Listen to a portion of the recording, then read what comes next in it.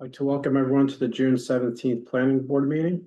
Thank you for joining either in person or virtually. I'd like to welcome our new member, Alan Bogosian, to the board. Thank you. Then we'd like to get into the public workshop portion of this. Sorry. Public hearing. Public hearing. Sorry. The public hearing for 290 Baker Ave. Oh, sorry, my apologies. Oops. So, the site approval for the 290 Baker Ave. Still need to wait for one more person, right? No, I only need 4. Okay.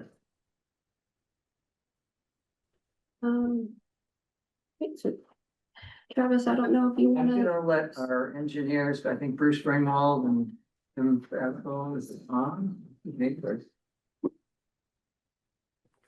Good evening, everyone. Is that okay for me to start? Sorry, I might have missed that. All right. For the record, Jim Basile, Goldsmith, Preston Ringwall. Also present tonight is from Goldsmith, Preston Ringwall is Bruce, and then in the audience is Travis Snell, the applicant of Concord Property Management. We appreciate the planning board allowing us to present tonight. And if it's all right with the board, I can share my screen, give a quick summary of the project, and then turn it back over to all of you for questions and comments.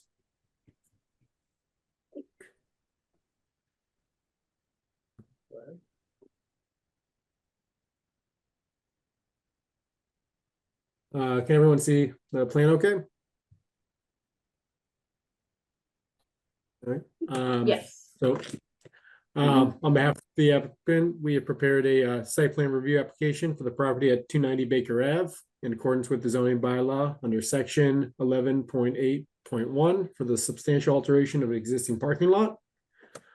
The existing site, property at 290 Baker Ave, contains an existing building which houses multiple medical facilities. There's an associated existing parking lot in the surrounding area with 2 access drives. One is off of Baker Ave Extension, one off of Baker Ave. There's existing utilities and a existing stormwater system, which was previously designed and approved in 2002. There's the outline of the existing stormwater infiltration trenches, and then there is a existing detention basin in the northerly portion of the property.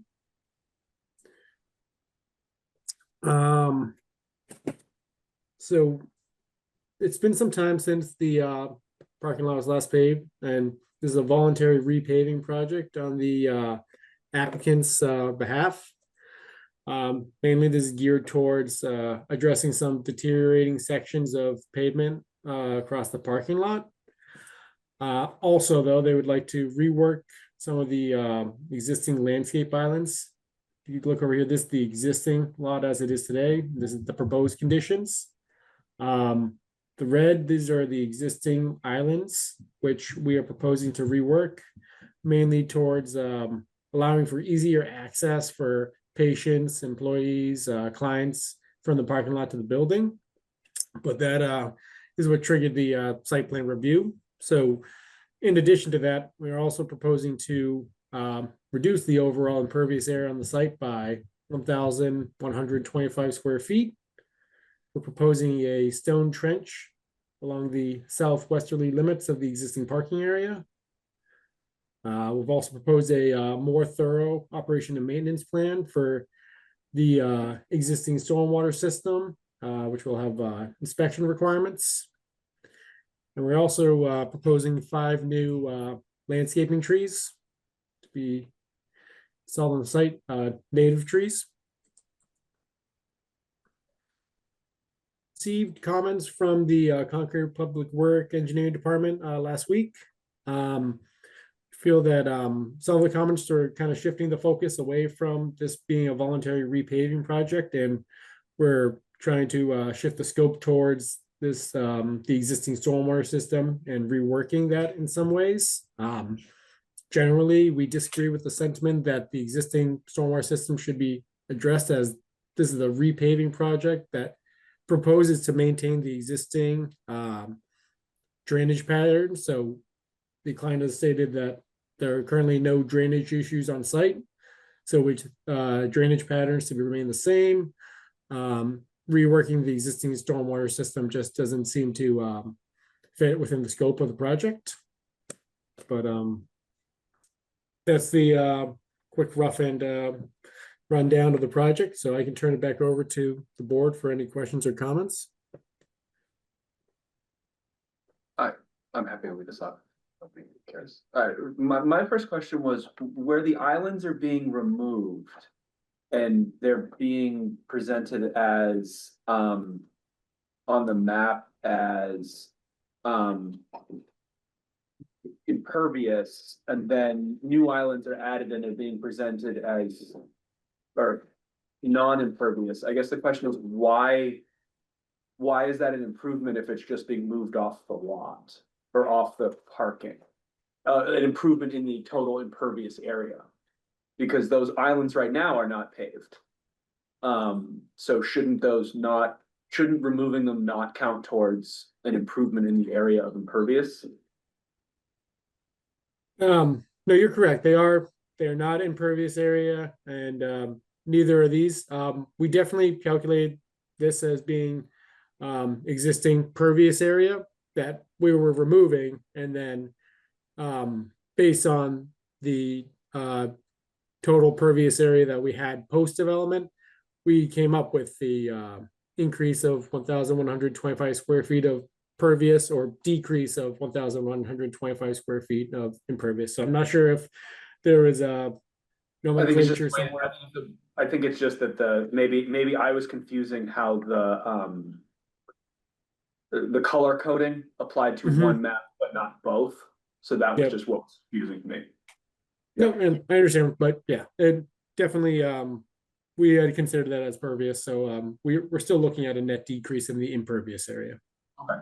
Yeah, I had a related confusion on that point, which is that the pink color is labeled as added and the green color It's added on this map. is labeled as removed. But it seems like you're saying that the thing on the left is the current condition and the thing on the right is the new condition. So how can you be adding the things that you I'm confused about sub-labels added and removed on the key, which on the screen, no one can, it's too small to see on the screen, but I assure you they're there. I mean, I'm sure you know that. Yeah, let me take a quick look at that. I didn't know if that was a labeling issue or if I just don't understand the key at all. Yeah, so I think that these labels might have got switched around because, sorry, let me zoom in over here.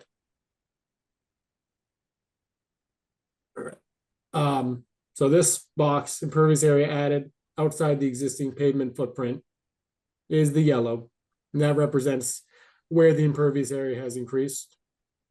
Right, but if you look right below there in the key, there's a pink box and next to it, it says impervious added. And then next to the green box, it says impervious removed. So what impervious is being added in when there's or does I understand your confusion there. So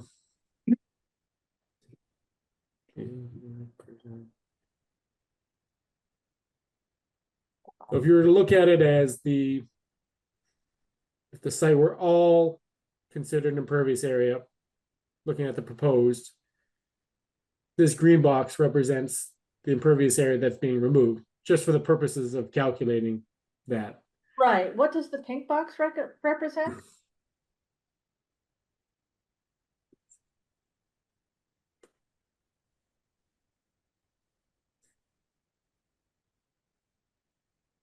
The pink box represents Bruce Ringwald from GPR. The pink box represents area that is permeable now, but will become impervious.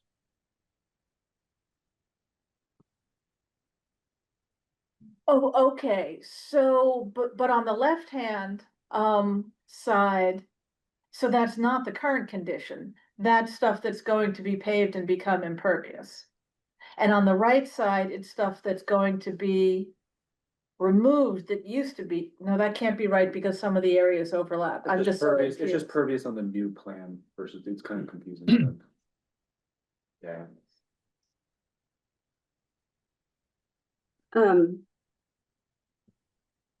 So I think the color coding needs to be Clarified. clarified or Done. you need a new color or something a little different. But so the senior planner drafted a report for the board and we received, a comment letter from engineering that outlined some issues and concerns. The applicant responded.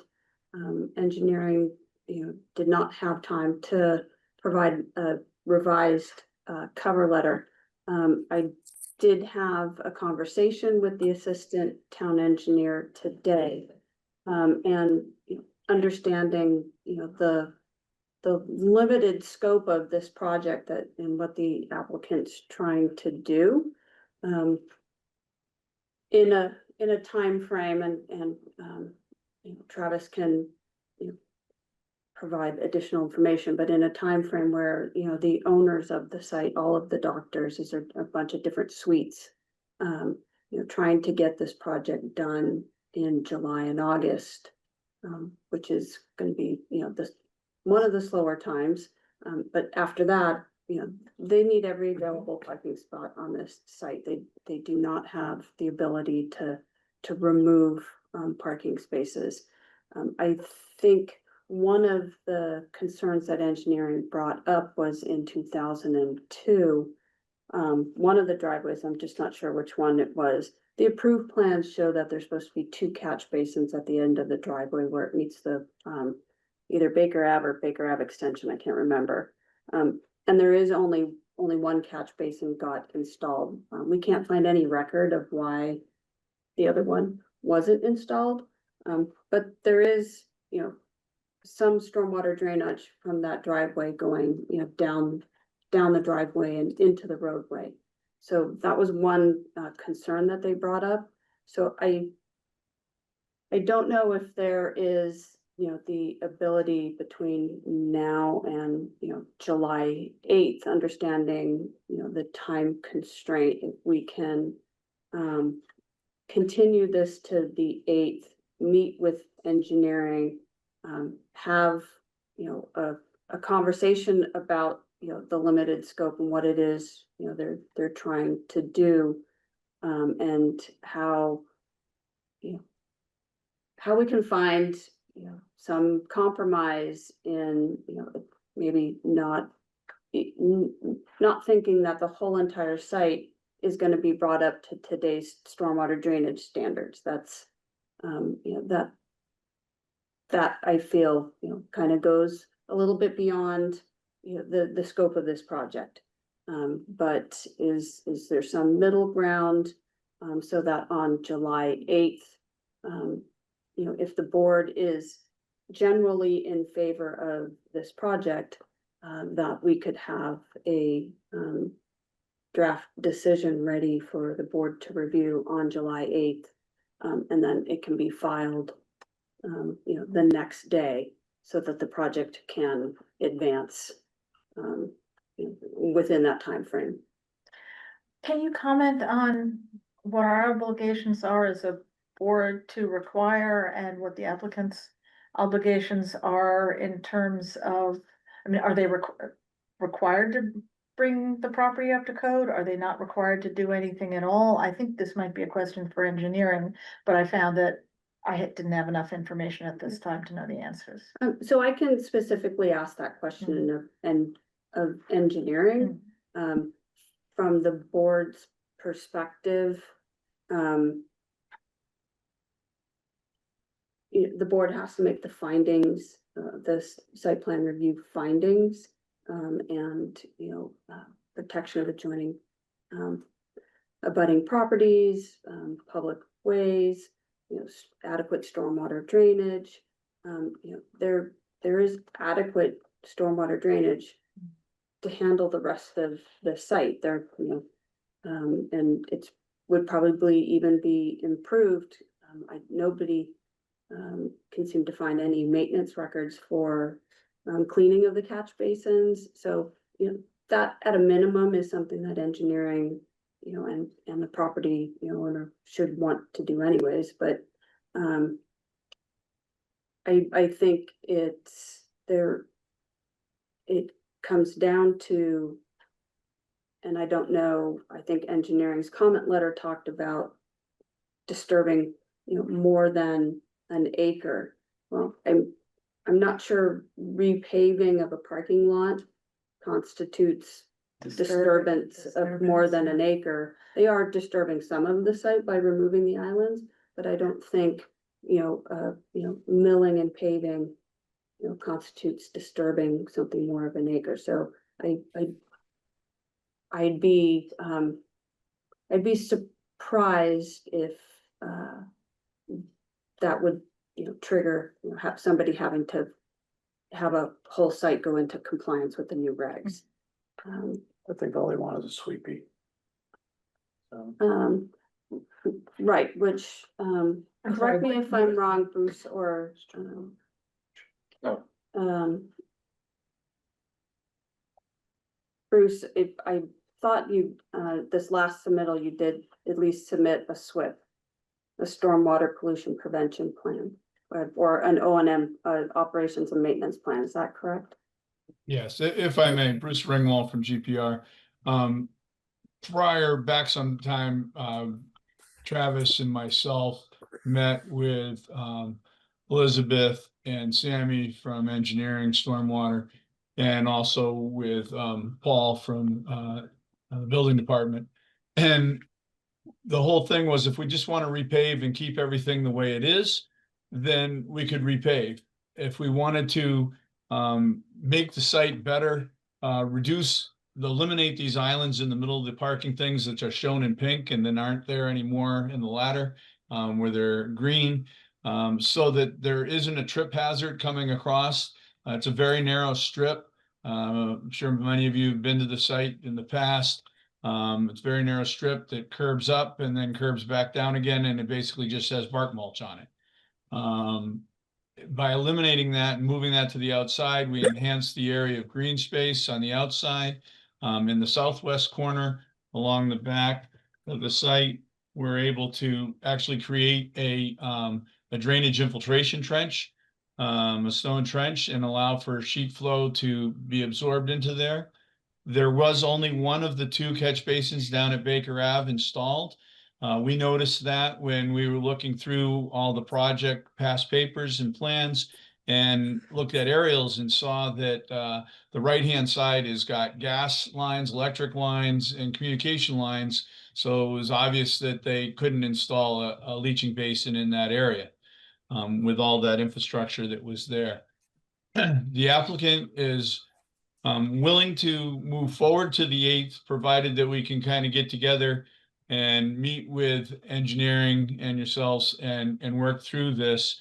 Otherwise, we just want to repave as is, because we have only the month of part of July and all of August to get this repaved before many of the doctors come back from vacation, and the kids are all back from vacation and needing doctor's appointments, and the parking lot is full to the max.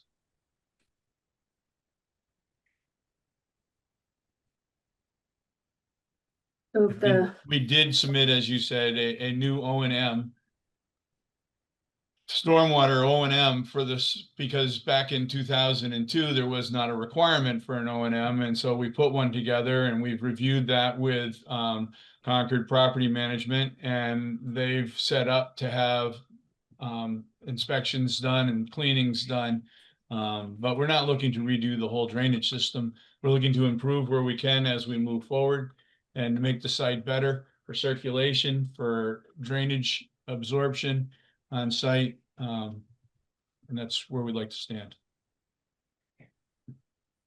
So if the board agrees with that recommended process, I will move forward, get a meeting scheduled, hopefully Monday, and so that we can move forward and, if it is the indication of the board that you are in favor of the project, then and we can come to a consensus with engineering, and we'll have a draft, decision for the board to review on July 8th. Just so I understand the less than an acre or more than an acre of disturbance. By moving what I think I understand is moving these islands or these green spaces, which are pretty narrow, and to the exterior, to the perimeter, they're not really taking any green space away, they're just relocating it. Correct. So there's no disturbance. Well, in a sense, it is, but not really, because it's asphalt for asphalt and. green Disturbing an space. acre of asphalt. But in the spirit of why Exactly, it's not an acre of green that's getting disturbed. Yeah. I don't know the nuances of the stormwater requirements and don't think the board needs to go into them, but I will ask for a little bit of clarification on that, just for the board's information. Well, it seems entirely reasonable to me to move forward to the 8th and. Yeah, and it certainly seems preferable to repaving exactly as it is without these minor bits of improved green space and infiltration trenches, as long as it's actually, as long as engineering's okay. Yeah. Okay, so this is a public hearing. The board does have one public hearing for a preliminary subdivision already scheduled for July 8th at 7. So I would recommend continuing this public hearing to July 8th at 7:05. Motion. So move. I'll second. All those in favor? Aye. Thank you. Thanks. Thank you very much. So at this time, the board's public workshop doesn't start till 7. So we'll recess till 7. Okay, well, welcome back, everyone.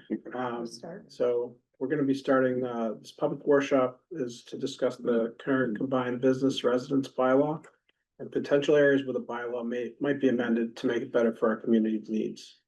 The Planning board is seeking input from the community as a starting point, and while some questions may not be answered this evening, the board is appreciative of everyone's input.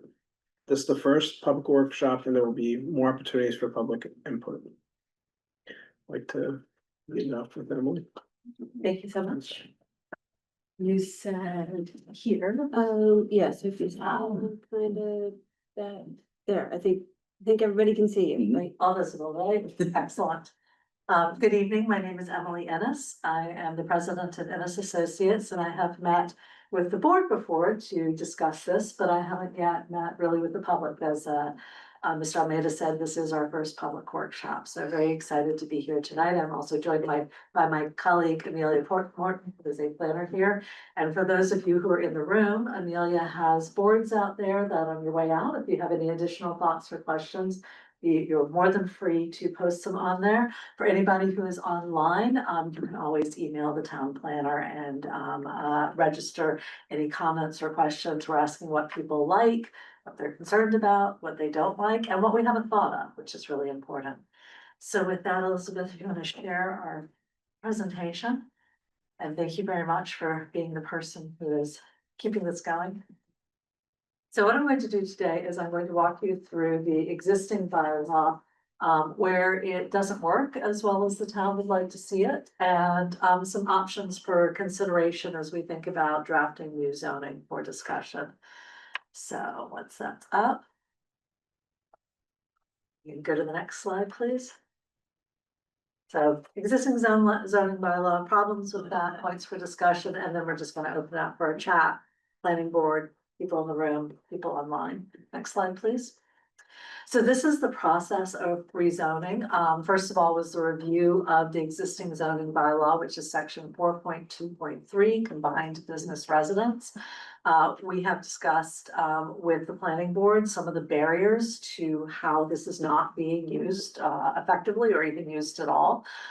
Today, we're discussing options for changing it with the Concord community. And as part of this, it's going to be a discussion of whether or not there should be an amendment to this brought for the 2026 annual town meeting. If so, then we'll go ahead and draft text for a more effective bylaw, and there'll be a public discussion around that draft text and making sure that it works. So with the next slide, please. So I'm going to break down, you're going to see on the left-hand side, the existing bylaw, and I'm going to break it down into pieces, and then you're going to see purple is going to indicate if there's a problem with the existing bylaw that we should discuss or a question that we should discuss. So first of all, 4.2.3 allows a dwelling unit or units to be located on the same lot where commercial uses are conducted, provided that, and we're going to move forward.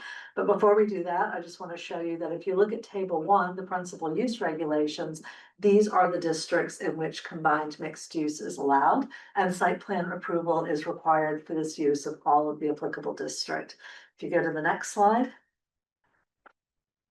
This is your zoning map. Obviously, you're not going to be able to tell what it is from here. So if you go to the next slide. We zoomed in so you could see where the different districts are in the town. So it is the LB7, LB3, LB2, Concord Center Business, Thoreau Depot, West Concord Village, and the 9-acre corner business. And West Concord Village has an additional restriction in that it requires commercial on the ground floor. The others don't have that restriction. Something else to know, because I see people taking pictures, which is great, but just so you know, this will also be on the town's website, so you don't have to take pictures, but you are of course more than welcome to. Next slide, please. Wait a minute, isn't it West Concord Village and West Concord Business? Did I miss one when I was doing the map? Colors there. Go. The colors there just wasn't The okay, colors yes, there, it's just not, yeah, yes, yes, okay. yes. So, you're oh, absolutely and right. it's Sorry, up there, maybe but the line. okay, Yeah. all right. So thank Yeah, you for calling that out. So that West Concord business is gonna be, so we can correct. I'll correct it we can after we put it It's up. gonna Yeah, be thank you. this district. Where'd my mouse go? There it is, this district right here. Yes, and. Yeah, I you can see it's got different And hashing. Yes. Yeah, it's just missing its label. And the 9-acre corner business, of course, is not there. That's an inset, which I think is more clear on the, if you zoom into the PDF. 9-acre corner business is actually further down here on the map. So just for people who are not aware of that. Next slide, please. So remember I said that there are conditions. It's allowed under certain conditions. Now we start that list of conditions. So first of all, each such unit is structurally part of the commercial building, having common walls, foundation, roof, and floor. So what that essentially says is that you have to have the residential unit must be within the business that has the commercial use. So one question becomes, is that what the town wants to do? Do you want to only have a single building on a lot that has a commercial use somewhere within that building and a residential use in that building? Do you want the ability, say if some of these lots are deeper, to have the commercial in the front and residential in the back, in which case you would need to modify the bylaw. You would also need to allow that mix to be a mix on the site, but not necessarily in the same building. Then you would obviously have to allow for more than one building in that case. So we've already talked in the planning board that the original intent was that this bylaw would apply to both existing buildings and new buildings. So we want to keep that in mind. And then in the areas where ground floor commercial is required, you want to make sure obviously that ground floor commercial is protected, but depending on the depth of the building, you might want to be able to allow residential to the rear. So the commercial faces the front of the street, but there's allowed to be residential in the rear. And that becomes important when you're thinking about, for example, accessibility, right? If you want to have a ground floor unit that is easier for somebody with physical disabilities to be able to access rather than having to go upstairs. So these are considerations for discussion and thinking about. Next slide, please. So the next condition is that for development of 4 or more units, at least 20% of the dwelling units and no less than 1 unit are available as affordable housing. Now, this particular requirement is actually more restrictive. So this is an affordable housing requirement. It's mandatory. It's actually more restrictive than other parts of your bylaw, and we're going to have a look at that next. But before we get there, just note that if you have a development of 4 units at least 20% of the units and no less than one unit. That means you have to have at least 1 out of 4 units as a minimum. Now you're starting to talk, it's actually a 25% requirement as opposed to a 20% requirement. And if you start looking at multiple fours, because there's no ability to do fractional units, you're starting to get every multiple of 4 is now a 25% requirement as opposed to 20. So especially when compared to other parts of your bylaw, this is actually more restrictive. So it's less likely to be used because it has this higher requirement. So a couple of things we might want to think about is reducing that threshold to make smaller developments, or maybe increasing the threshold to make smaller developments more feasible, and also perhaps allowing payment in lieu for partial units. And if you go to the next slide, please. So I've summarized on this slide the other sections. So 2.4.2 requires that 20% of the units be affordable, but allows a reduction to 10% in exchange for affordable rent, in this case for industrial or non-retail use. This is where we might think about some other incentives for this. For the McMod, the new multifamily overlay district, it's 20% with a threshold of 10 or more units. Your residential cluster development and your planned residential development, so those are sections 9 and sections 10, actually include density bonuses for affordable units. So instead of it being a mandatory requirement, it's a bonus to create an incentive to provide the affordable units. So that's all this is to say, is that different parts of your bylaw have different strategies for affordability, and this is the most restrictive of all of those. So we want to take that into consideration. Next slide, please. There was also an Article 35 at the 2023 ATM, and it had a different set of proposals. So it had 5 or fewer units of payment in lieu for fractional units, 5 to 10 units, 10% at 80% AMI, and at 10 plus units, it was a little bit more complex equation, looking at different levels of AMI. So half at 80% AMI or less, 25% at 100% AMI, and 20% at 100. Actually, I think that might have been 25% at 120% AMI. The key here being is in a community where there might be different needs for different levels of affordability. Do we want to think of a structured that would provide different AMIs, or given the likelihood that this area is not going to present a lot of residential units because of the size of the lots, is this still a good idea, but maybe not in this location? So again, we want to put that out there. Next, please. Oh, I'm sorry, before you turn, I think there was one question that we had at the last planning board meeting is, should there be an incentive for affordability measures for local businesses as opposed to local residences? So we're actually doing this in a community where there's an incentive bonus for reduced rent for local businesses. Is that of interest? Maybe yes, maybe no, but it came up in the conversation. Next slide, please. So the next condition is an open space condition. I am not going to read all of that because that gets to be a little bit long, but the key is it is an onerous requirement. It actually has open space that is based on the square footage of the building. And so as you start to kind of figure out how you would place the building on the site and the open space on the site, they start to interact in ways that don't actually work with each other. And so it's onerous, it's pretty much unachievable to do anything. So what we'd like to do is instead go to the next slide and think, why would you have a requirement for open space, and what should that requirement be? So communities define open space as green or landscape space. They want to make sure there's something green, that there's vegetation there.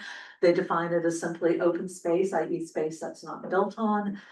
Or they define it based on your previous conversation before this, is what are pervious areas versus impervious areas. And all of these definitions can work together to create the kind of conditions that the town might want to see on a development. So then we start to think about, okay, there's the definitions of the different types of open space, but why would you want to have it? What are the purposes of an open space requirement? So one is simply if you have a requirement for open space and you can't build on it, so we're controlling the amount of intensity on the lot. We're saying, okay, your building has to be smaller because we're requiring open space. We also want to think about, and then this again goes to your previous conversation, is requiring an area of open space that is landscaped to control stormwater, to keep it from running off, and also in today, reducing the heat island impact. So maybe that's a reason that we do it. We also want to think about is, do we have, this is mixed commercial and residential. Do we want to have open space for commercial customers? Do I want to have a place where a cafe can have outdoor dining, for example, or there could be seating for people who want to shop and sit and rest? And then finally, we've got tenants. There's the residential side. We might want open space to allow the tenants to have some private outdoor space that is not publicly accessible. So these are all the reasons for thinking about open space that needs to be part of the conversation is how, what level do we want to control and what level do we want to leave more flexible? Next slide, please. So there's other things that come into this, and I wanted to call them out. Is there is the bylaw itself, but that's just for the mixed commercial residential, but it requires site plan approval, at least in the current iteration, and you do have criteria for site plan approval in section 11.8.5. You have also adopted site plan rules and regulations for multifamily uses. Might consider whether or not you want to add those for mixed use as well. And then the dimensional standards for the different districts are in section 6.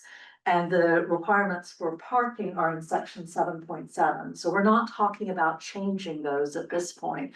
We're just talking about changing this particular section that allows those mix of uses. So these are existing things. Now the question becomes, as we look at all of this, does this bylaw require any additional standards? Is there something about a mix of commercial and residential uses that we want to think about? Hey, maybe this new bylaw should have some standards beyond the ones that you already have. So that should be part of our discussion. And so when we think about that, we want to think about what are our thresholds for requiring development or new development standards. Is it just for new construction?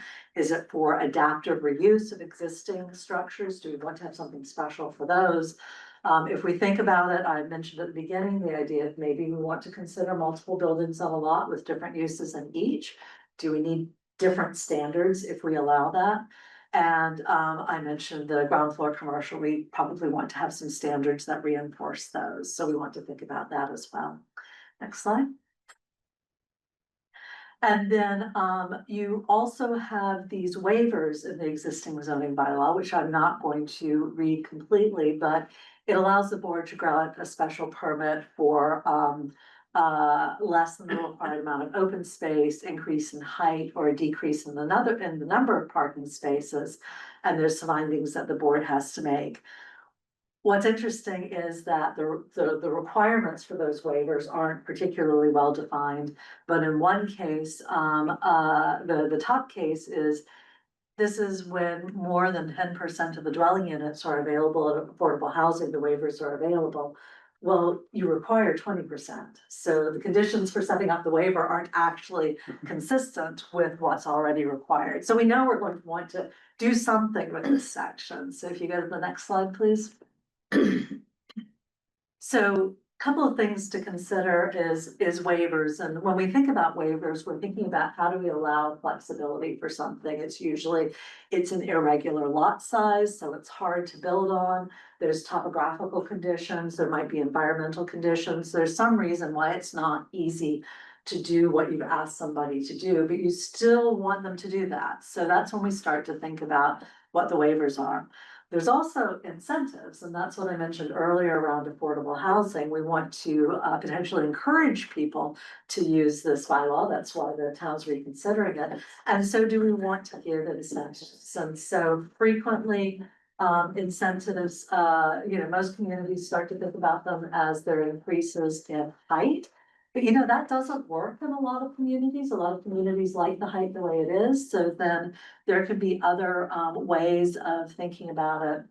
Number of units on a lot, reduction in parking, or ways to think about shared parking when there's a mixed use and a residential use. So for example, a lot of communities will say, if the commercial use is operational between 9 to 5 and people are mostly, this was pre-pandemic, a lot of these arguments, just say it, people are mostly working off-site 9 to 5, well, then maybe there's a shared parking where the commercial gets to use some of that parking when it's open, and the residential can use that when people are home and the business is not open. Now, if people are working from home, or you've got a late night restaurant or something underneath there, shared parking doesn't work out as well. But my point is, there are ways of building in incentives if you want to encourage something, and we would want to discuss and think about that structure.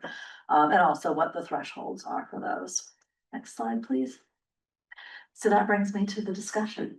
So the idea of today's workshop was to basically walk you through the existing bylaw, call out some things for discussion, things that we might want to think about, and then have a chat with the people who are online, the people who are in the room. For those of you who either joined us by walking in later or joined us by coming online later, in person, we have 4 boards in the hallway where as people walk out, they can add any additional comments. If you're online and if you're in person, you're more than welcome to email the town planner and provide any comments and thoughts. And with that, I'm going to stop talking and see if anybody has any questions or thoughts.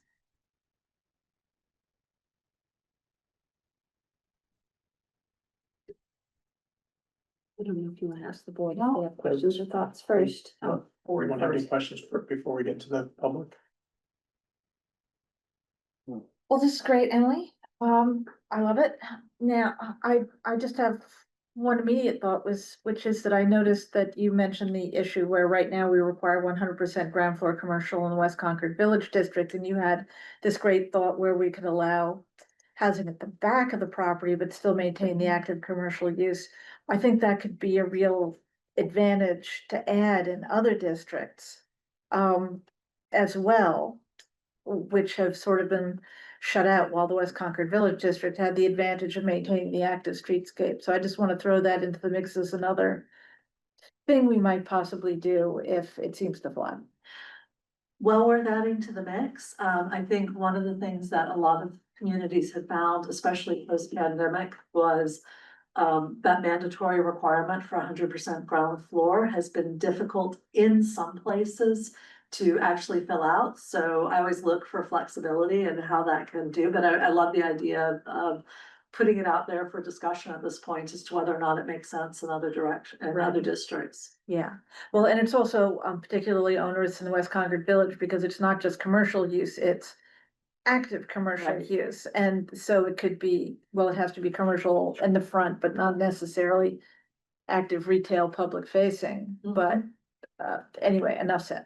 Yeah, and I'll just add that some of the communities we've worked with and some that we've borrowed, stolen ideas from are also talking about not just active commercial uses, but active uses in general, because they recognize that this is sometimes a problem.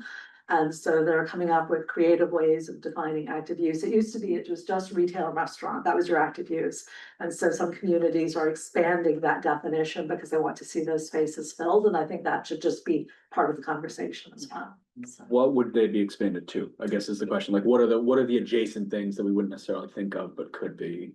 Like, I mean, civic, of course, but that probably doesn't sound like a good business Yeah. Civic, I mean, what you're looking for, right, when you want active uses is you want foot traffic, you want people coming in and out. And so historically, office has been low because the theory is people go into the offices, work all day, maybe they get out for lunch and then they go home and that's less active. I think more communities have started to add this idea of experiential retail. So experiential retail might be a yoga studio that has not just the classes, but they're selling merchandise as well. It's a little bit, it's kind of a combination of, in some communities, they may have personal services and retail and the two don't mesh, but for this they do. I do have one community who's defined public art and open green space as an active use. So the idea is if you could activate it in some way, that's been important. Again, that's something that isn't right for every community, but it's certainly something that we can talk about. So those are just a couple of examples. Right. I guess even a gym with glass windows, so you can watch the people gasping and sweating, is better than a blank office with with no windows at all, or with, Yeah. shades drawn. And some people will also do, you know, redefine art studios or creative space, maker space, anything that's going to get people moving in and out during the day or the early evenings, basically. Schools. Education. Fencing academy. Yeah. Yeah. Yeah. Right. It's like the latest thing that's open in West Concord, so. About like clinics. Clinics have been less defined as active use. I think most communities think of them as being office space rather than active spaces. But you're right, people come in and out. I haven't heard it as much. Sadly, planners have not been defined as active space, but you know, maybe if we put up what we're doing in the windows. Yeah, I mean, and I think of active space as being very community dependent in some ways. It's what does that community Does it want have to create? clients that come in and out? Right, exactly. Need So clinics with. also lawyers, accountants, perhaps, other people like that, where they Not have as- clients visiting. Not as much because a clinic would ones. be focused on, Mhm. it couldn't exist by itself, a lawyer's office or so it went. They don't need the clients. to Fair come. enough. Yep, no, that's a fair point. Anyone else on the board have any? I think I have lots of thoughts, but I think I need to hear what other people have to say and get a little bit further along, but I guess I want to define the context for this conversation. Again, this is something that we've been thinking about and talking about for a long time. It's something that we wanted, that has been in Vision Concord. Well, we have this And- existing bylaw that nobody uses because it's unusable. Okay, so we have an existing bylaw, but at the same time, we're looking at the need for more housing and diverse housing opportunities in Concord. So that sort of feeds this consideration now. And And it is an action item identified in Vision Concord. it's an action item in Vision To Concord. explore this. Okay. Yeah, and I'm just curious, very curious about what other communities have experienced, but that's a big question and a lot of details. That was gonna be one of my questions is, are there other communities now, today, that this is being utilized in? A lot of communities have been adding mixed use over the years. I mean, certainly one of the things that we could do before we come back and after we've heard comments and questions is see if there's any precedent communities where we want to come and pull their bylaws and talk about that. We frequently do that when we're doing work like that and see how it's successful. But mixed use has been a hot topic in thinking about revitalizing different areas for quite some time. So. I think seeing successful projects would be Right. helpful, because I recall, I do not remember where or in what context I saw this, you know, somebody was touting this was a successful project, but it was in a town slash city, I think it was Holliston or something. Their needs were entirely different, Yes. so the result was entirely different, and you know, if you had something where I won't say Concord is tourist driven, but that mentality seems to, people like the character. And so if you think of it more of, not like a Salem, but like, you know, somewhere that's similar, that has done this, that you can see it does blend, it can blend in successfully and generate housing units, you know, if we end up seeing something from the Midwest, it's not useful because it's open space and it's just, you know, it's got a doctor's office on the ground floor and it's 4 stories tall, like everyone's gonna be like, We talk a lot about what's appropriate at the right scale. Yeah. And so, you know, we are endlessly looking for images and examples of whatever type of zoning change we're going to do that Mhm. actually fits with the community. And that's kind of like having a workshop like this where we can listen first to what people want to see, don't want to see, what their concerns are, then allows us to go back and look for those precedents. But you're absolutely right. If I were to come in with something that was, all brick and 10 stories high, okay, maybe it's a successful mixed-use development, but it's not going to be successful or appropriate here. So that's why we like to have these Might be. listening workshops. Might be. Depends. Depends, okay, yeah, so. But we tailor it to the community's needs and we tailor it to what we've heard that the community wants to see, and then we can show those successful examples that. Meet with what people are looking for and have a conversation about those. It might be great in one part of Concord, but not in another part, and that's another thing that we look at. Thankfully, we have a lot of districts to play with. Yeah. Name and address first. In West Concord. Mhm. Right behind the I'm post office. sorry, could you state your name and address, please? Steve Newbold, 124 Hillcrest. Yep. We already have a project in West Concord, right behind the post office. 4 stories tall, Mhm. residential on top, complete commercial on the bottom, open space, parking. Is that not? One by the brook? Why, is that what we'd expect? It could be, again, this is the first workshop, so we haven't I'm just saying discussed it, that, but yeah, yeah, if that is something that the I community don't know would if like that to see. project went through the existing zoning, but. Well, technically, that one's in an industrial district, but except that that's not what we're talking about. Yeah. The district, yeah. That's the form factor we anticipate. or Well, something but similar. also you can look Yeah. at, what's the sports shop? The The outdoor, fly fishing store. or Whatever, Concord Concord Outfitters. Outfitters. Just- That's about also small. mixed use. Yeah. And much Yeah. smaller. And in a business district, so there's also, yeah. So There's several of them. Brookside Square, so the section that the board's talking about tonight. 12.2.3. 4.2.3 is business residential. Brookside Square, there's 4.2.4, which is industrial, Right. commercial, residential. And that bylaw got specifically amended to facilitate the development of that project. So there is commercial and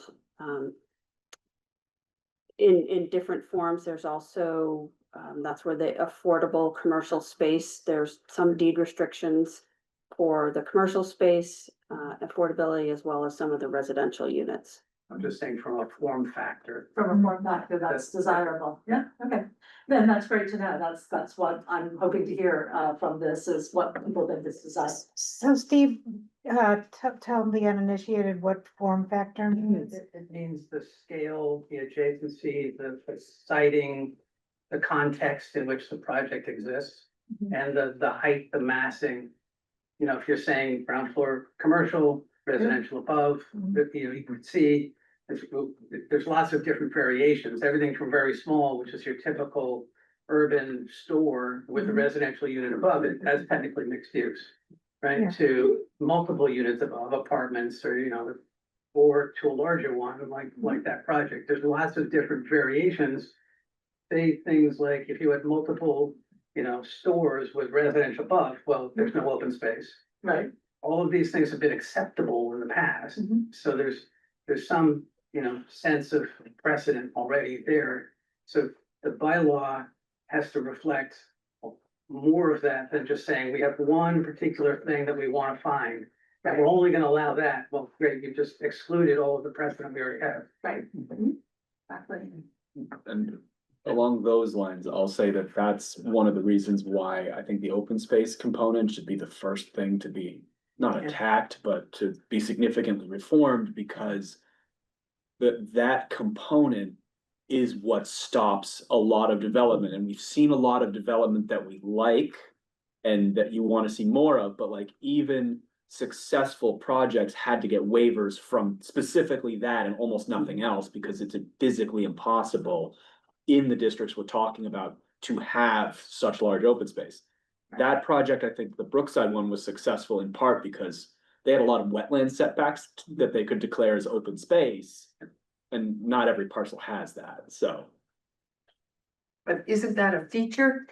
Because it allows Pamela Dritt, 13 Concord Green. Thank you. Um.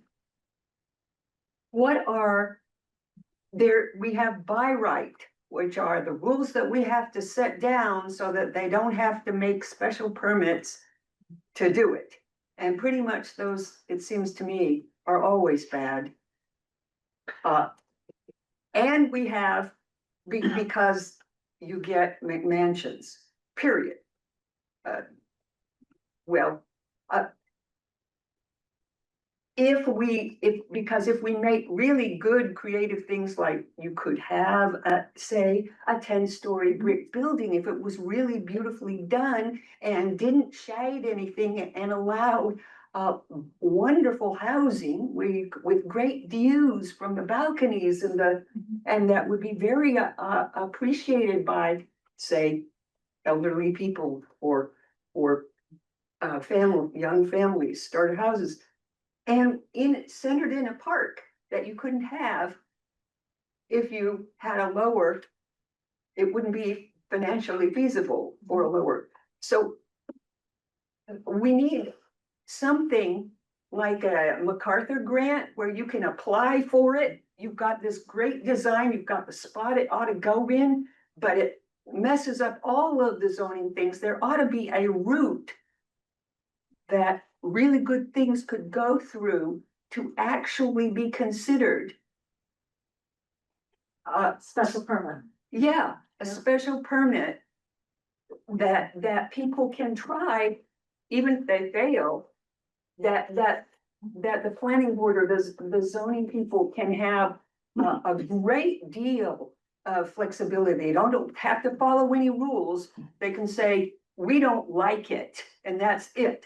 But if they really do like it, what an opportunity we have. We need to find a way of having good ideas, really good creative ideas that none of us have thought about as possible. And I don't know what the law balance on what you have to have as of right structures and what it's possible to do with special permits. Yeah, you can have 3 different levels. One is by right, and you go to the building department and you get your permit and you're good to go.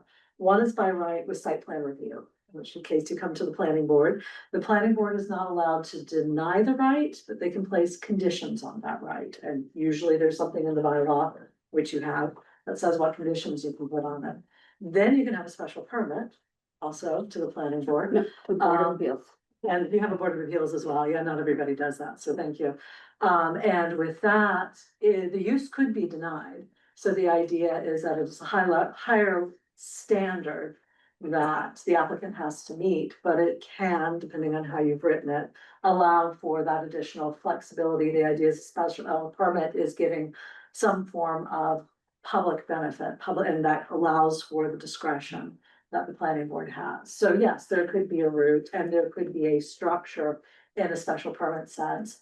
Back to those bonuses that I mentioned earlier, those incentives, you could say, in exchange, to use your example, which you stole from my example, which is perfect, you can have higher height if you have more green space, which you added onto this. So you can go up if we get more open space, more green, usable green space, the park, something like that. Those conditions could be placed in. Yeah, exactly. Those conditions could be placed into a special permit process. For instance, Concord Park, Mhm. you know, the assisted living. Imagine that it had another story on there. Mhm. You wouldn't see much difference. It wouldn't impact the community, but it would give us a lot of really needed beneficial living places there for a group that really needs it. Thank you for your comment. I do want to push back just a little bit on what you said earlier about by right is always bad. Special I permits, shouldn't have said the that. special permit process is very onerous and expensive, and sometimes it results in, well, people just don't apply to do anything in the first place, and that's a lot of the problem we're having with the mixed use, the current mixed use bylaw, combined business residence. Obviously, there's not everything should be allowed by right, but if we can find some things that can just be allowed by right, I do think there's a place for those sorts of projects because it makes everything so much more financially feasible. Yeah. But that does Like- not like work we for every had, project, and your point that there can be many cases where we would accept a project if we have some control over it. That's what special permits and site plan review are for. I know, I lived in Dorchester Mhm. in a gorgeous old Victorian, but there were a lot of triple deckers. And those were really great for workforce housing because you could buy one. Live All in it, built before zoning, yeah, yep, and it's not legal most place. anyhow. And moving it on. would be a really nice thing to be able to have here. It would be a route that people who couldn't normally afford housing could afford one because they could rent the parts. It would be landlord inhabited rental.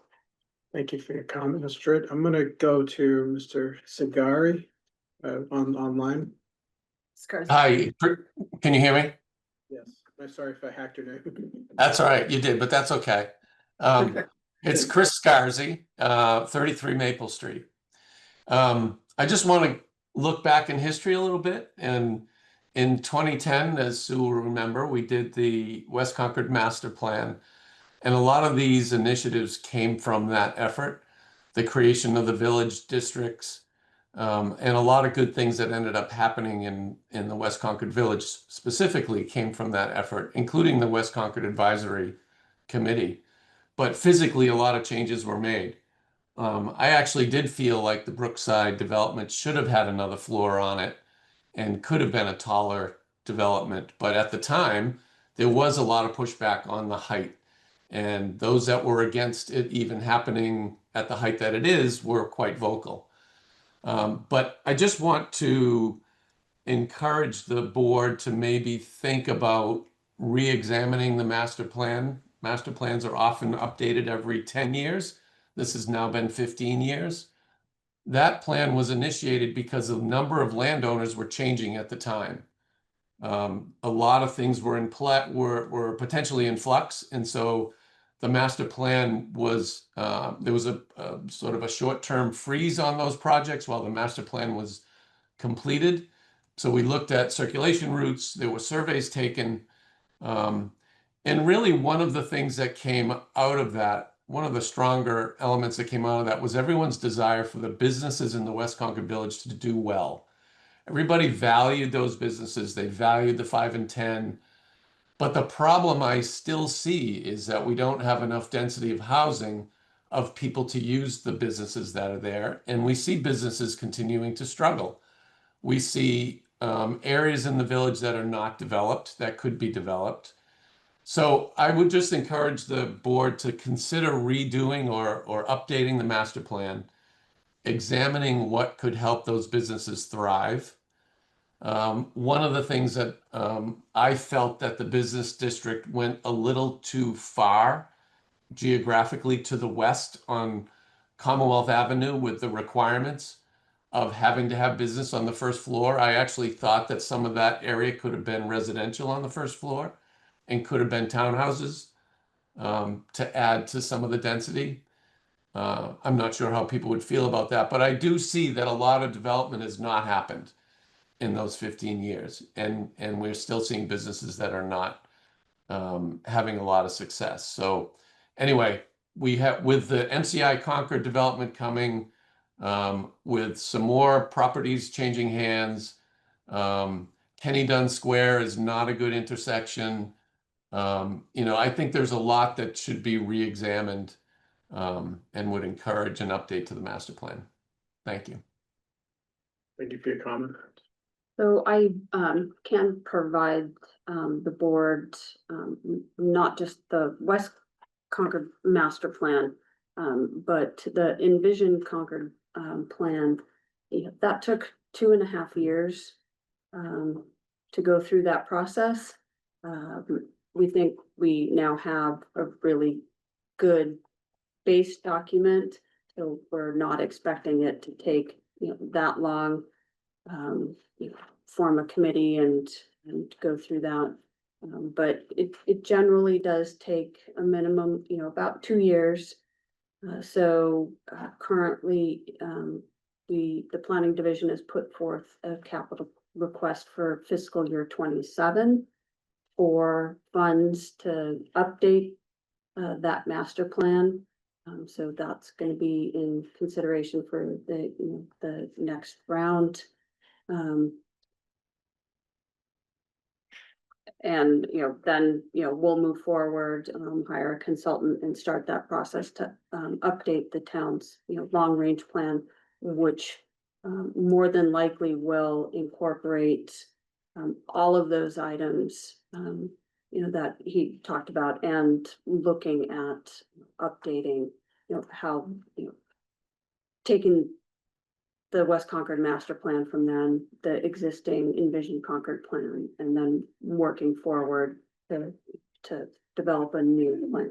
So, but other, as far as the ability to do individual updates to just like the West Concord master plan, that's not something that could be done in-house, given our current staffing and requirements. And we don't have a budget, so. But it does seem like we have room to do both, in the sense of you're moving forward, the town, I should say, is moving forward with updating Envision Concord and incorporating updates to the master plan in the medium term, while we can make some comparatively minor changes to combined business residence as mixed use, in order to make it be a bylaw that anyone would ever actually use, as opposed to the current one, which doesn't get used. Right, that we could do that in the short term, I mean. Correct, we can do things in the Yeah. short term, and the update to the long range plan is only if the capital request is Right. granted. Right. So I'm not, Mhm. town meeting just passed quite a few capital requests. There's So, more coming because of town buildings and so forth, so yes. so I'm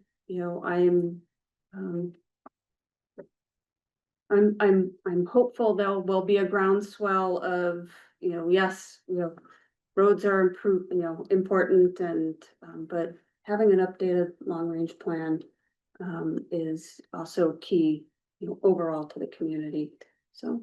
So Elizabeth, we've talked about a long-range plan, a master plan, Envision Concord, West Concord, So Village those are, Master Plan. yeah, they're all interchangeable terms. Well, not quite, the West Concord master plan is just West Concord, and this is Right. what Chris Garcia was talking Right. about, but the long range plan is named Envision Concord. The terminology is the same, whether you call it a comprehensive long range plan, or whether you call it a master plan. So Envision Concord includes West Concord. Yeah, oh yeah, Okay. that's for the whole town. Okay. And when that plan was done, it pulled a lot of information from the West Concord master plan. And there's a preservation plan too. So currently, when the long range plan gets updated, it will have a historic preservation plan, which is currently being finalized by the Historical Commission now. There will likely be an update to the town's open space and recreation plan. If staff capacity is filled. I don't know if everybody's aware, the Assistant Natural Resources Director left and took a job, so that position is vacant. Not sure when or if it's gonna be filled anytime soon. So there are certain things that are gonna have to be put on hold. So I think updating the open space and rec plan is likely one of those things, but we're hopeful that that can be done and incorporated. There's also a transportation and mobility plan that is being worked on. So all of those items will go into and um, feed into an updated long-range plan. Will Andrews, 83 Grant Street. I think this is a question of, you can't get one size to fit all. No. Different parts of Concord require different things. In our part, down by the Thorough District, Thorough Street and Sudbury Road and Osby's. When the train comes through, there's a real traffic problem, particularly at rush hour. And I don't see any way around that. We can't expand the roads, widen them. We can't have roundabouts and things. So getting in and out of there can be a real problem. And therefore, it's going to be very difficult to institute a number of the ideas in this area, because if you have too many people, it's going to cause more traffic problems. And so maybe the board would like to look at this from sort of individual areas that, yes, can be developed, and others that are going to institute other problems. There is actually a way around it, but there's nothing the town of Concord can do. When the state, may it ever happen, switches to electric multiple unit trains that can be shorter and more frequent, then they won't be constantly having to shut the roads down. But your guess is as good as mine about what decade that may ever happen here. We've just been to Switzerland. We had enough to institute the situation there, because the trains are efficient, they're on time, they're clean. We all would. If only, but yeah. I just mean to say, it's not that this can never improve, but it's true that right now, we are stuck with that. Yes, we are. And for the foreseeable future, it's not going to change. Thank you for your comments.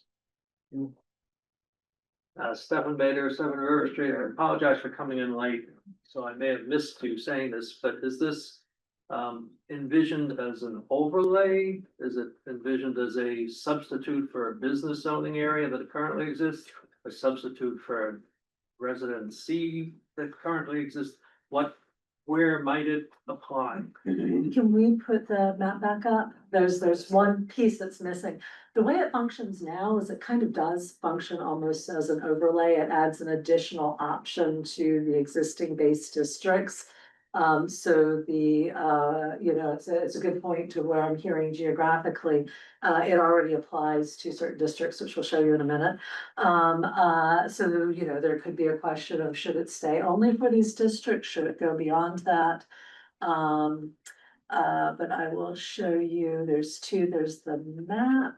So this is the table: West Concord Village Business, Concord Center Business, the Road Depot Business, 9 Acre Corner Business, West Concord Business, that's the one that I missed, and then 3 of the limited businesses to LB2, which is on Walden Street, LB3, which is in Monument Square and Bedford Street, and LB7, which is on Main Street. And if you want to go 2 more to the map, I think the only one I was missing was the West Concord Business, but the others are all here. So you can see, might be easier to see when you go back online, but some of these parcels aren't very big. So that point about form that goes on them, there's certainly some parcels could accommodate something a little bit larger. Some parcels are going to be limited to something that's smaller. And I think that alone is going to require us to think a little bit about how different strategies would apply to different areas. But that's where it's applicable now.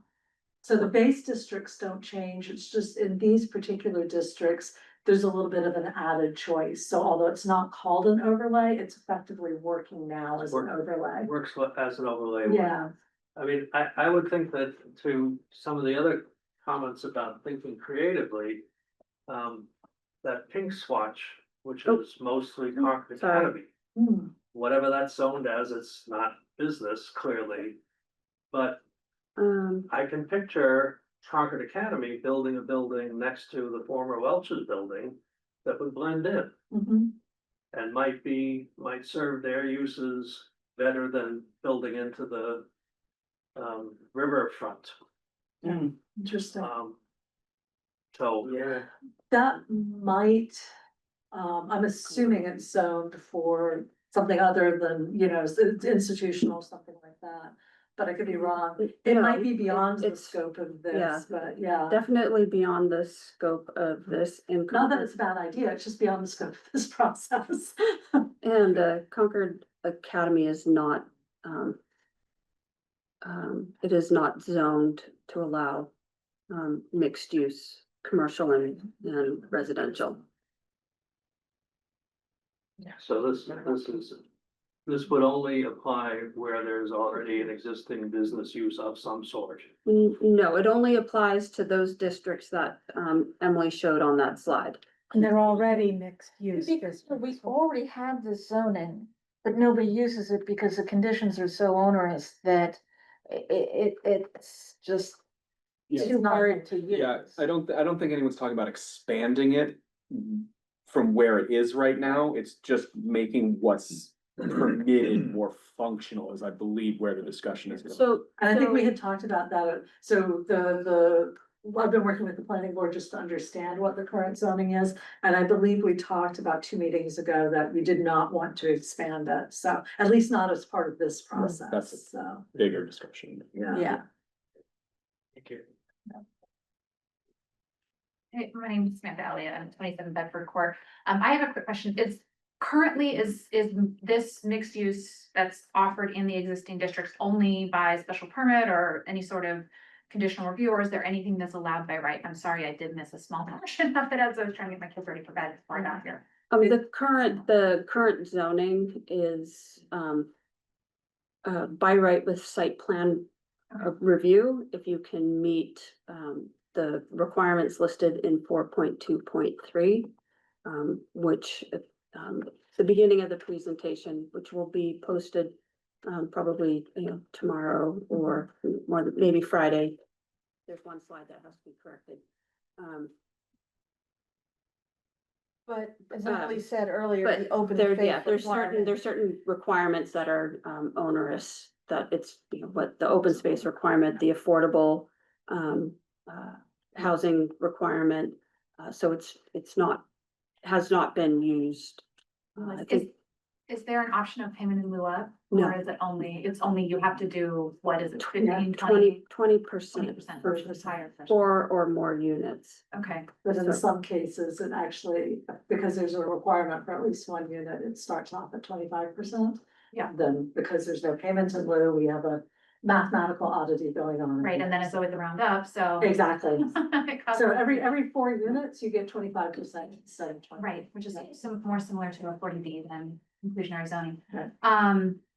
Have you looked at, so Princeton, not Princeton, Provincetown has a payment in lieu of that goes into, kind of hits a certain threshold, and you know what I'm talking about. Already. Yeah. So that's, I didn't know if that's something that you had considered looking at, that one in particular. It's something to. Definitely, that's on the table for discussion. I'm always happy to hear about other zoning precedents, so I see. I'm a town planner in another town, so. Excellent. Trying not to overstep, I just, it's something that I thought was really interesting. Oh, overstep. Not going to, Elizabeth, that's right. I think the other question, or kind of more of a comment, I would urge the board to continue to have a by right or very minimal review, kind of a site plan review process. So that there is less of that barrier, because it's, whether you know it firsthand or not, it is incredibly shocking how long it can delay a project. Thank you. Okay, Carol. What? Carol Savoy, 61 Belmont Street. Mhm. I was just trying to get a feel in the economy in the past couple of years. I know like the 40B over on Baker Ave kind of got delayed because of construction costs and things like that.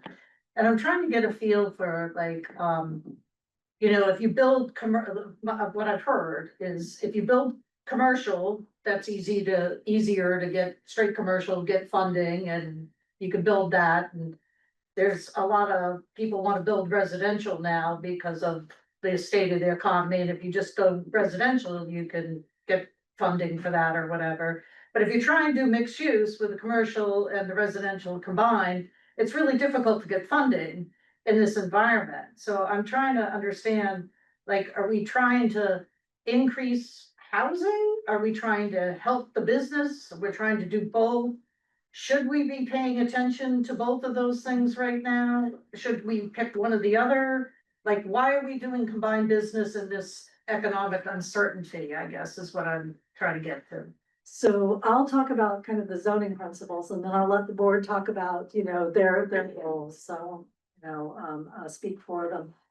When I think of zoning, when my team thinks of zoning, we think of it as something that, it's 20 to 30 years, right? Something could happen as soon as it's passed, something could take 5, 10, 15 years, but you're trying to think long-term for it, and that's important because you're thinking over multiple market cycles. So although we might be in a market cycle now in which something is preferred, we're certainly in a high interest rate environment, we're in an environment where both labor and materials are costing a lot more.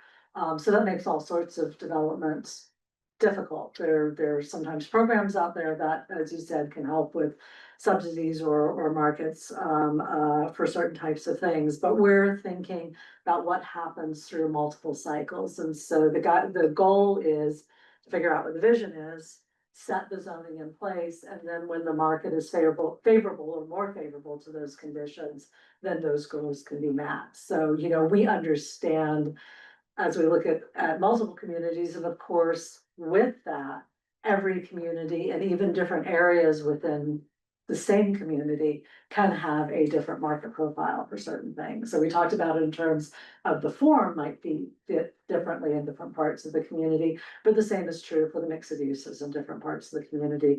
Something might be, we talked about the train station earlier, something might be more desirable, more buildable near a train station, that if it were on the edge of the community might be less desirable. We've been in places where highway access is really critical to a particular use.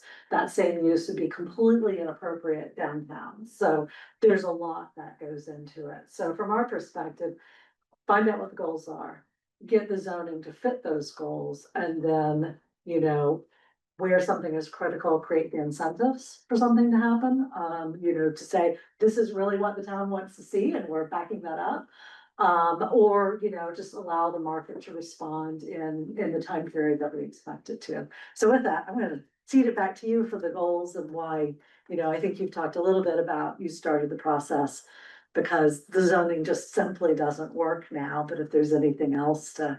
But we started talking about that, something like last year when we were talking over our goals, we thought about maybe we would want to do something about this, and now the earliest we could possibly make a change to town zoning would be 2026. So that's pretty much 2 years to make a zoning change in the best case.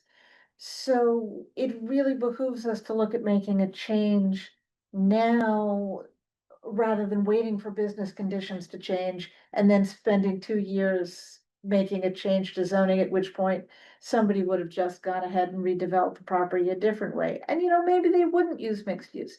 Maybe they decide to pick all commercial or all residential, depending on what was available anyway. But if they don't have the option to use mixed use, then we couldn't possibly get it.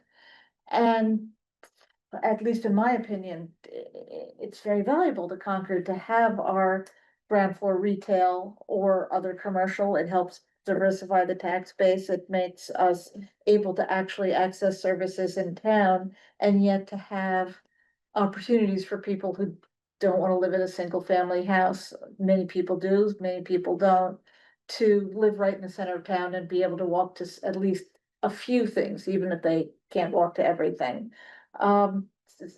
So it seems like it's a valuable diversity we want to have. In fact, we tried to have it. We created a mixed use bylaw.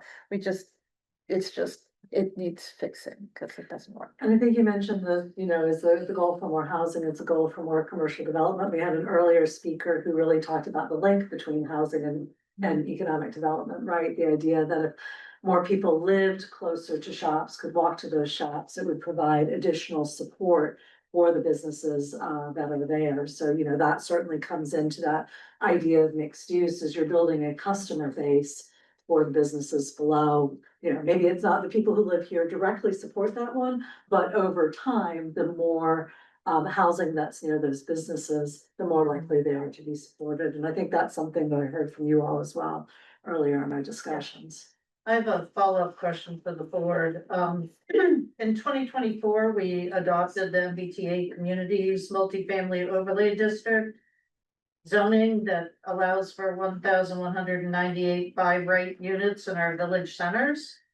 And the Attorney General approved it, but we're still waiting for final approval, it said on the website, from the state and Executive Office of Housing and Livable Communities.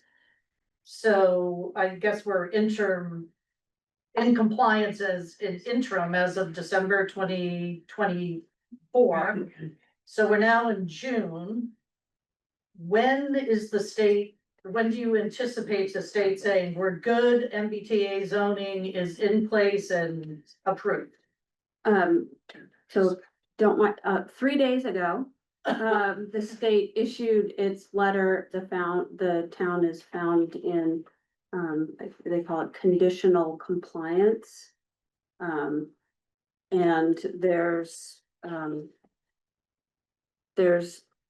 the board will be talking about this at your next meeting. So they found, as far as the town's GIS compliance model, there's certain things that will need to be fixed. The compliance model that we ran, we exclude roadways from our acreage. The compliance model needs to include the roadways in the acreage.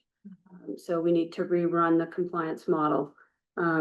Our contiguous district, it needs to be 50%. So we're about 10, so a total of 84.4 acres makes up the district. So we need 42 acres. Our largest district, I think, is 32 acres. So we need to somehow make a contiguous district. One contiguous district has to be at least 50% of the total area. And then what was the other thing?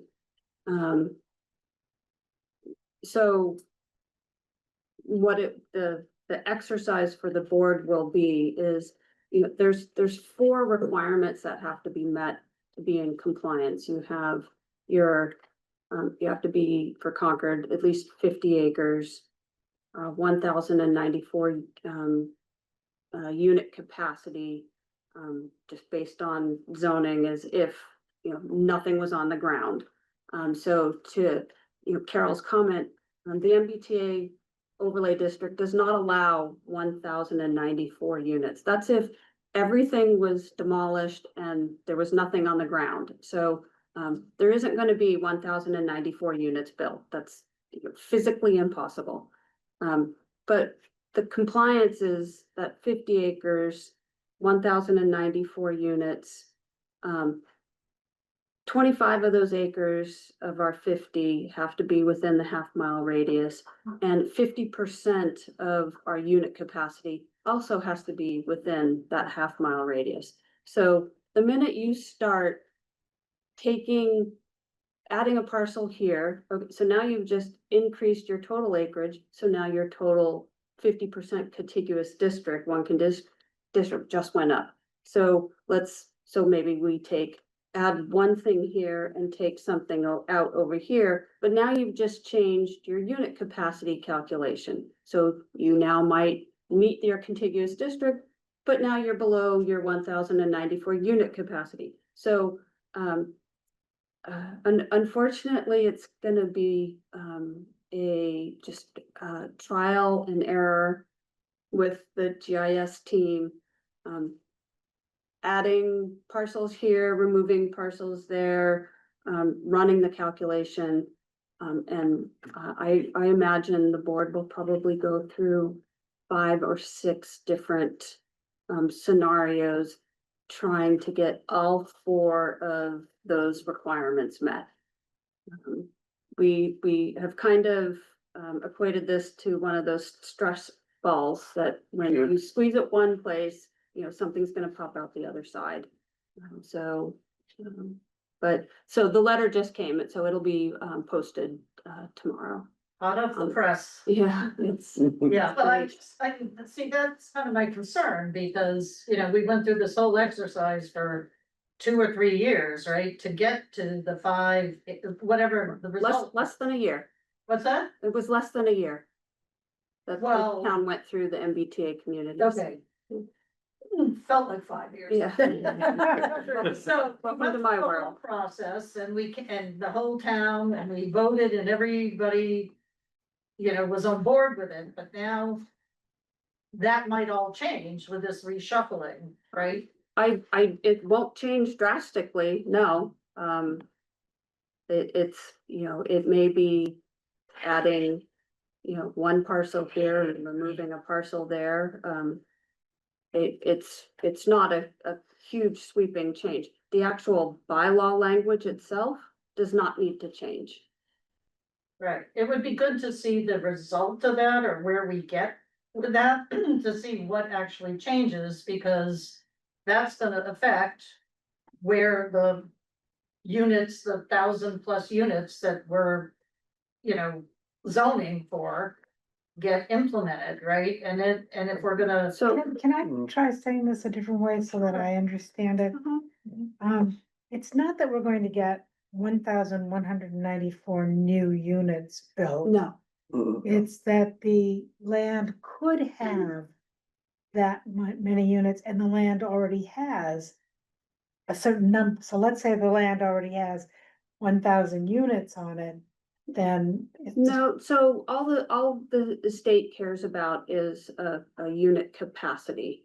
And you take the zoning that was adopted, and if those parcels within the overlay district had nothing on them, and you just implemented the language in the zoning, the setbacks, you know, the height, the parking requirements, 1,194, I think is our calculation, units could possibly be built. So, there are structures already on these Right. parcels, there's infrastructure, there's, you know, there's already certain things, so, you know, no, we are not going to get 1,194 new units. And not only that, we're not required to build units. And allow the units state if they're doesn't, so the state really doesn't, you know, the law and the regulations, you know, there's no mandate that anything be built. You just have to have the zoning in place. Yeah, I'd like to just chime in here. Lexington approved their MBTA zoning. And in the first year, they got 10 development proposals for over 1,000 units. So. Luckily, we're Zone not, they we're will not come. Lexington, and What's that? I know, luckily, but we're I'm not just saying. Lexington, and our, Moratorium on. and Well, they put a moratorium on because they did too much zoning and everybody went crazy when they saw 1,000 units and 10 proposals in the first year. And they said, we have to stop this. So it was a citizen's position that came forward, and they put a moratorium on it. And interestingly enough, they said, we don't want any zoning in Lexington Center. So they changed the zoning, and nobody can build mixed use in Lexington All Center right, now. let's stay on topic here in town. Well, the I was topic going to is ask, that for MBTA combined zoning business is gonna residents. be changed, and we should see what that is with the result of this new inquiry or feedback from the state before we open up more combined business zoning to see where that lands, right? It's like, finish one thing before you start another, because they all have impact. That's why you can't finish them, because they're like spaghetti. No, I see people raising their hands. We'll call people one at a time, going forward, just so we don't, talk over each other. Go ahead, Ms. Tripp. I just had a question about MCI and the MBTA communities. How does the overlay for the MBTA communities, does it include the MCI area now or not? No. And can we make it? I mean, It's kind of outside the scope of what we're doing here. but the thing is, it's contiguous, is it not? It's Would it still, not be- it's still state-owned land, so it Yeah. doesn't qualify. If- Yeah, it's excluded land. forever? I mean, I thought, Not at this time. Yeah. So we can discuss it at some later It date. still needs to be dissolved by DCAM. but see, the thing is that you guys have been involved in the MCI planning committee and stuff, and it looks like they're going to be going ahead with development by 2026. And if we don't, the only effect we have is in zoning for that. So if we don't actually talk about what we can and can't have for zoning there, So, we lose the chance. so Mr. First, Right. the property has to be dissolved by DCAM first. That's the first step. It has to be put out for sale by the state. So, right now, the MCI Congress, and so this is really going off topic. Yep. But right now, the MCI Concord Advisory Board is working with the consultant for the visioning process. From the visioning process, they will move forward to develop zoning for that property. Whether that zoning is ready for 2026 or maybe fall town meeting 2026, or maybe annual town meeting 2027. I don't know. That the development of the zoning has not started yet. They're still waiting for the consultant's report on the whole visioning process. So how that moves forward. But that zoning will have to be created and adopted by town meeting before the state moves forward, issues a request for proposals for developers to develop the property.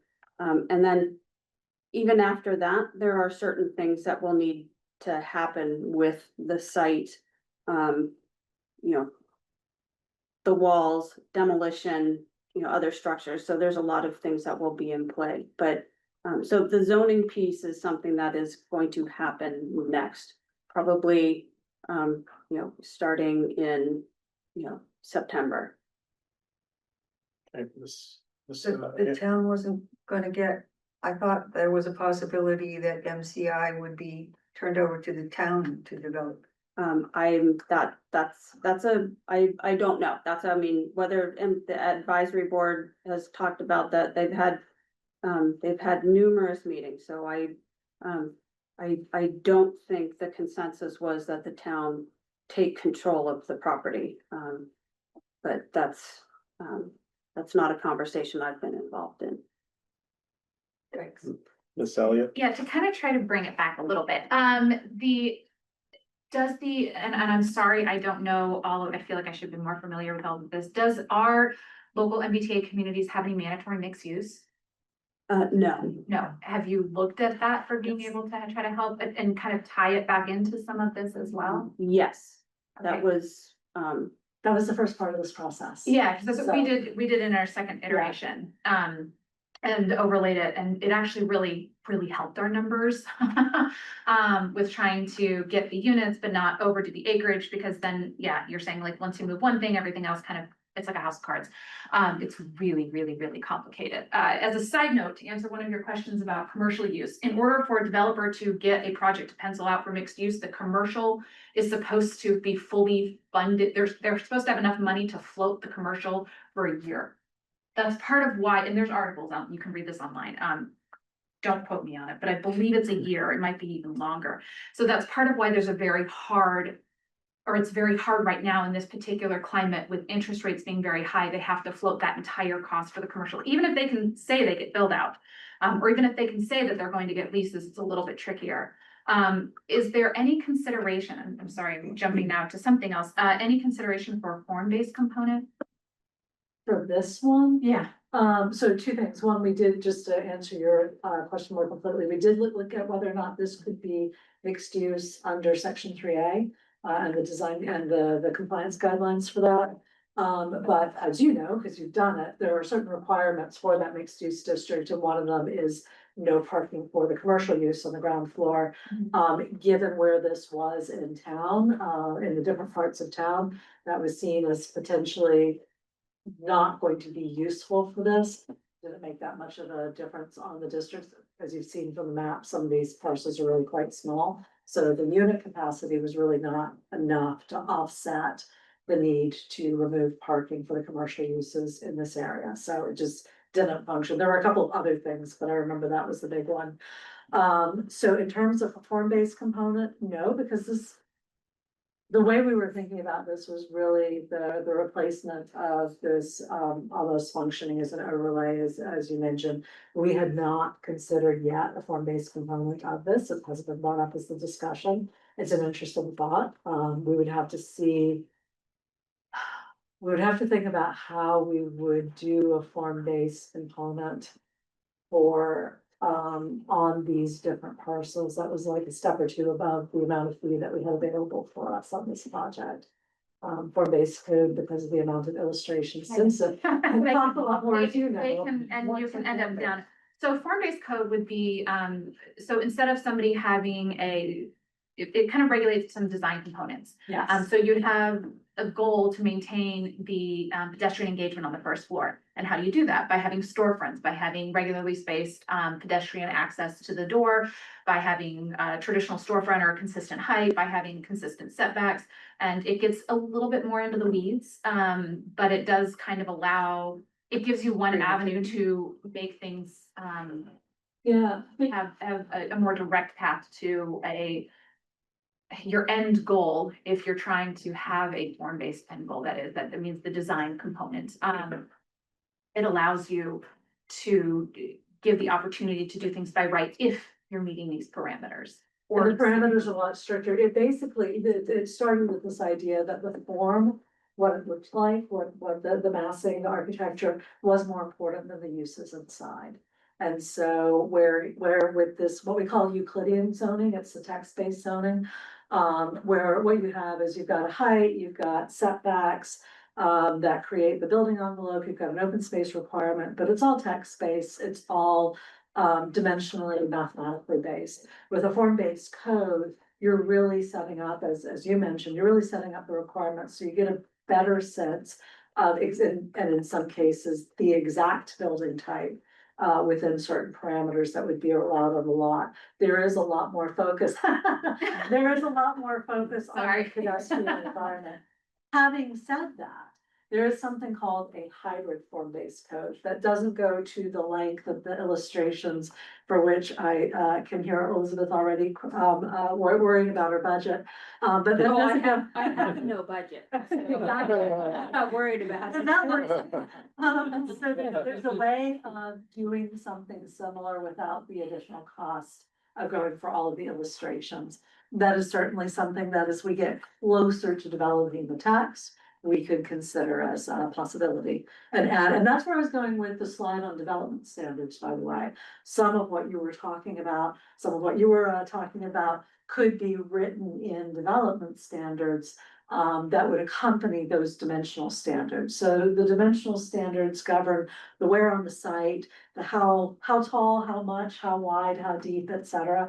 The development standards start to talk about a little bit more about the connections, about how do you get from the parking to the building? How do you get from the parking to the public sidewalk? How do you get from the public sidewalk into the building? What is the relationship between the building, the street, and what we call the public realm, which is the area in which the public is not just moving, but also seeing things. And so we could certainly look at development standards for this section, and would have done anyway, but it's nice to hear that there's some appetite for that. Thank you. Mr. Andrews has. Yes, Will Andrews, 83 Brown Street. One thing we've never understood is what is sacred about this half-mile radius of the MBTA. And could it be changed? Because it's State law. State law. The state law Why- has changed. Good what I'm luck with saying that. is why half mile? So it's walkable. Yeah, exactly. Half If miles are you standard can walk a half walkability. mile, you can walk a mile. There just seems to be no sense to it at all. You'd have to ask your legislators why they chose. Well, Yeah. it doesn't seem to, so it can't be changed because it's state law. Not without changing state law. Sorry, speak out of turn. You have to contact your representative. That's nothing that they have any power over here, Okay. nor can they petition. Mrs. Savoy. Yeah, I just wanted to, and I'm sorry, I'm keep going back to this, on the MCI, the Junction Village, I thought that was part of one of the areas that we zoned for the MBTA Act, so that is I think Pamela was asking is MBTA, so just the Junction Village is MBTA, but the rest of MCI is not. Correct, because Junction Village is owned by the Concord Housing Development Corporation. Right. It's not state land, which is currently excluded. Right, okay. Got it.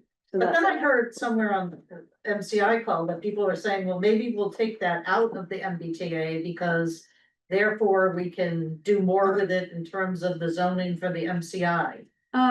so it wouldn't matter, because the MBTA, is an overlay district. Okay, so even if you take it out, it's still MBTA. Well, no, Okay, whatever, MCI Concord and Junction Village, whatever the new zoning that gets established, that is the zoning for the property, and somebody could develop Junction Village under that new zoning. If it stays within the MBTA overlay district, that's kind of like, it's an overlay district, it's another option. So it doesn't need to come out of the MBTA overlay district for new zoning to be adopted and the property to be built under whatever new zoning gets adopted. It's a difference between a base district and an overlay district. So if you own property, your property is zoned for something, that is the base district. The overlay sits on top of it, and all an overlay does is it gives you an option to use either the base or the overlay. The key is you can't pick and choose. So once you've chosen the base, you have to follow all the rules for the base. Once you've chosen the overlay, you follow all the rules for the overlay. But you can change the base, which is I think what you're talking about, without changing the overlay. Yeah, currently Junction Village is on West Concord, I believe it's West Concord Industrial, but I'd have to check. And same with, or it may be Industrial Park A, I'm not sure, but they're currently zoned and that's what the base zoning is, so. Technically, whatever, if the base zoning's industrial, somebody could. Not realistically, because there's a deed restriction and that goes to the land swap and everything, but let's say the property was just owned by Mr. A and not the Concord Housing Development Corporation. He could either MBTA zoning, choose MBTA zoning overlay district or industrial and build something. So that would be the same thing with the rezoning of MCI Concord. If Junction Village is included in that change in the base zoning, then somebody could choose one or the other. great, thank you for that explanation. Yeah, Confusing. yes. I think, that's pretty much Thanks. the time we Did you want to have. just quickly say next Yes. steps? Because I Yes. think that might be helpful for people to know. So thank you all very much. Thank you to the people online. We'll take the comments that we heard today back to our office. We're going to chat with you all about next steps. If you decide you want to move forward, obviously we'll be helping you with drafting the zoning. You may want to see a draft, or at least the beginnings of one, before you start to decide whether or not you want to move forward, just to collect the ideas that we've heard today. So we really appreciate your being here. And Emily, I think there was, correct me if I'm consensus among the board to see a couple of, what, you and, would consider other communities that have Yes. good, That ones. good mixed use zoning. And then we can also show some examples of, a project that might have been developed under a good mixed use. That would be a terrific idea. Let's do that for our next meeting, and I'll talk to you about the schedule for that. We'll have some precedent images and also precedent zoning for you. That should help decide the next steps. So. And maybe some examples of it going wrong. No, thank you. I wouldn't want anybody to get confused. No, we don't. So thank you very much. Appreciate you having us. And, tonight. Thank you all. Emily, outside the board, are Yeah. for people to write up anything, so. I'd like to thank you all for your participation tonight, and, hopefully you can attend more of the future workshops, so again. Leave any comments on the boards on the way out, they'll be helpful for developing our plan here. With no further business adjournment. Yep, we have no further business, so I'm gonna adjourn the meeting for this evening, so thank you all for attending.